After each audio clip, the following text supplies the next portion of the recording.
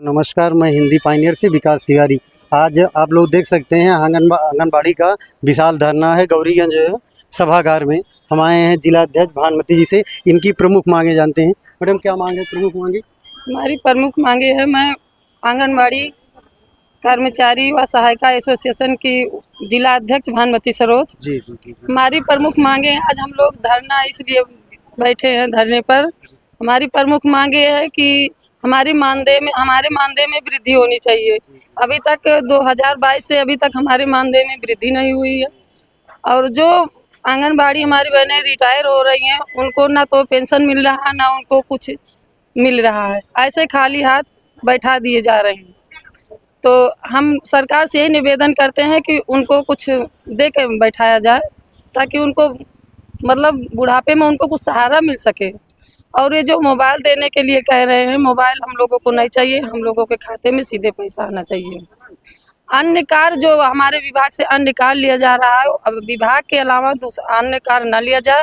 विभाग का जो कार्य है वही करवाया जाए। जो हमारी 6 सेवाएं, हमारी बहनें 6 सेवाएं करने के लिए तैयार है। जैसा कि आप लोग देख सकते हैं, भानुमति जी बता रहे हैं कि सरकार इनसे जो काम नहीं चाहिए उसको भी लिया जा रहा है। किसी प्रकार इन्हें वेतन की व्यवस्था नहीं की जा रही है। 2022 से आज तक किसी प्रकार कोई व्यवस्था नहीं दी गई है। मैडम, आपके साथ और कौन कौन है? आप बताइए आपका नाम। ब्लॉक अध्यक्ष हूँ गीता देवी। जी जी जी। और हमारी प्रमुख मांगे ये हैं कि हमारा तो मानदेय सरकार तो बिल्कुल सुनी ही नहीं रही है, कुछ करने के तैयार, काम के ऊपर काम ठोक रही है। इसी एजुकेटर की भर्ती अगर हम जब हम लोग धरना देते हैं या कुछ सरकार के ना तो खिलाफ जाके करते हैं, अपनी सी मांगों को मांगते हैं। हमारा मानदेय बढ़ाया जाए, 20,000 लमसम होना चाहिए हम लोग का मानदेय। और फेस कैप्चर से जो हम लोग का काम करवाया जा रहा है, हमारी समस्या है सबसे ज़्यादा पब्लिक और लाभार्थी की समस्या है। किसी की आधार से लिंक नहीं है, मोबाइल नंबर, ये प्रॉब्लम है। दबाव डाल के सारे काम कराए जाते हैं। हम नहीं चाहते कि दबाव डाल के सारे काम हमसे आप करा सकते हैं, हम लाभार्थी से नहीं करा पाएंगे, क्योंकि बहुत सारी समस्याएं फील्ड में हैं। हम ये नहीं चाहते कि हम फेस कैप्चर से काम करें और हमारी जो उपस्थिति है वो ऑनलाइन बंद कर दी जाए।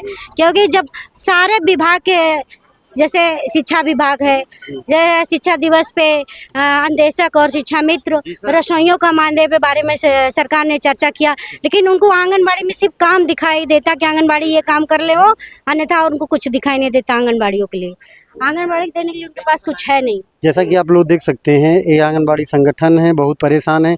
काफ़ी टाइम से लोग संघर्ष कर रहे हैं, लेकिन इनकी मांगों को सरकार अनदेखा कर रही है। बहुत ज़्यादा काम लेती है, लेकिन किसी प्रकार इन लोगों को व्यवस्था नहीं देती है। तो जो महिलाएं हैं वो आज धरना देने आई हैं ब्लॉक सभागार में। और कौन मैडम है, और कौन बोलना चाहेंगे? क्या नाम है? मैं सुमलता, ब्लॉक संरक्षक सुकुल बाजार अमेठी। ये फेस कैप्चा हम लोग आज के बाद से बंद कर देंगे। बिल्कुल अमेठी डिस्ट्रिक्ट में बिल्कुल कोई भी नहीं करेगा, क्योंकि हम लोग इतना काम करते हैं और 4500 में सरकार हमारी सारी मांगों को पूरा करवा रही है। जब तक हम लोग की 18 से 25,000 तक मानदेय वेतन नहीं हो जाता है, तब तक हम लोग कोई भी सरकार का काम नहीं करेंगे।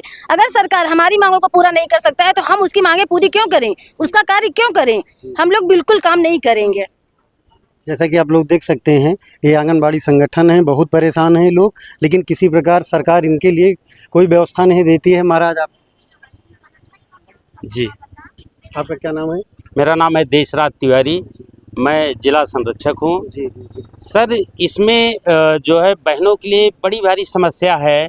जैसे फेस कैप्चर, राशन वितरण को लेके फेस कैप्चर करने में सर जी, इसमें जैसे नेटवर्क इशू, आप एक लाभार्थी का फेस ले लीजिए, आधे घंटे मोबाइल लगा के खड़े रहिए, कोई फेस कैप्चर नहीं ले रहा है।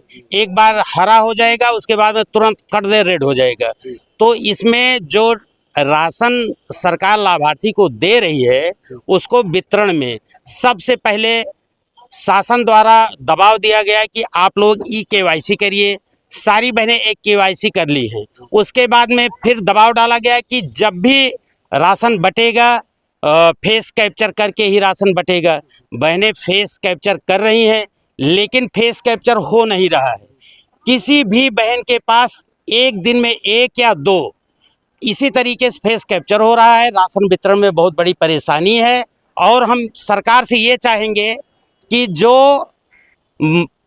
कोटेदार के यहाँ से चावल आंगनबाड़ी बहनों को वितरण के लिए मिलता है, इसको जैसे हमारे यहाँ नेटअप की तरफ से दाल तेल दलिया वितरण के लिए आता है, इसी तरह चावल भी नेटअप की तरफ से ही दिया जाए, जिससे लाभार्थियों में आसानी से बढ़ जाए।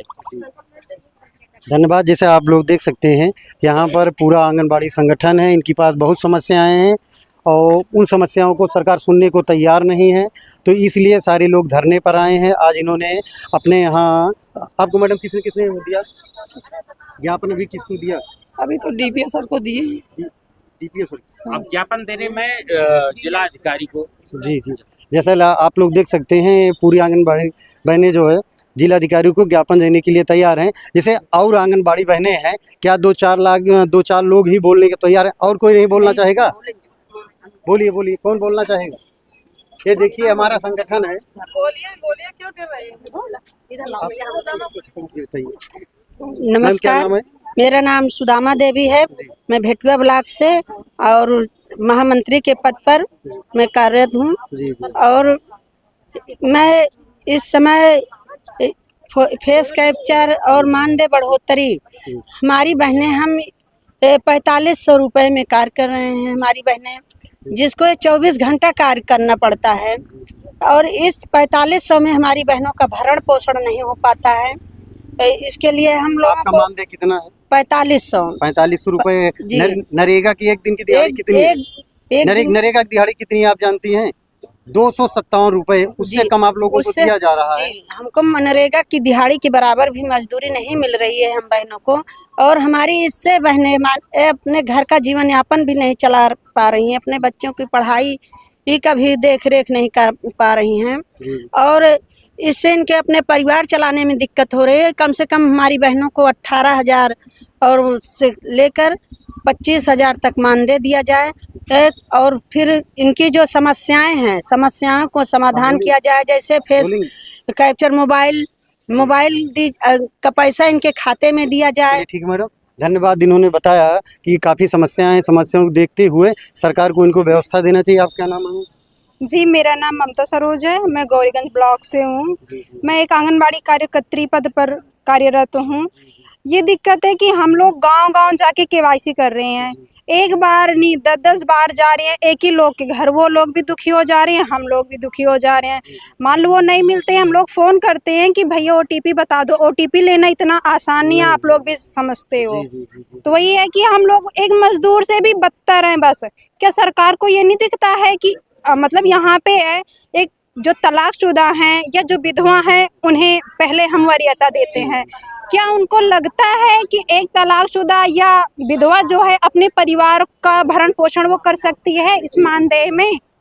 उनको सब कुछ पता है, फिर भी हम लोगों को इतना। जैसा कि आप लोग देख सकते हैं, ये क्या नाम है, अपनी बातें सरकार तक पहुंचाना चाहती हैं, लेकिन सरकार 2022 से किसी प्रकार कोई वेतन बढ़ोतरी नहीं की गई है, जिसे बहुत परेशान है। आज ये इनके पास जब अंदर इनके नहीं रहा गया तो इन्होंने विशाल धरने का प्रदर्शन किया। अब आगे आप लोगों का क्या कार्यक्रम है मैम, जो धरने का? अभी हमारी मांगे नहीं मानी जाती तो हम लोग उग्र प्रदर्शन के लिए बाध्य हो जाएंगे, मजबूर होकर उग्र प्रदर्शन करना पड़ेगा। आर पार की लड़ाई रहेगी, जो कुछ होगा देखा जाएगा। चलिए, जैसे आप लोग देख सकते हैं कि ये सरकार है, सरकार के खिलाफ इन लोगों का गुस्सा फूट पड़ा है। अब आगे सरकार इनकी बात को नहीं मानती है तो ये लोग आगे और उग्र प्रदर्शन करेंगे। बस यही हम अपनी वाणी को विराम देते हैं। जय हिंद, जय भारत।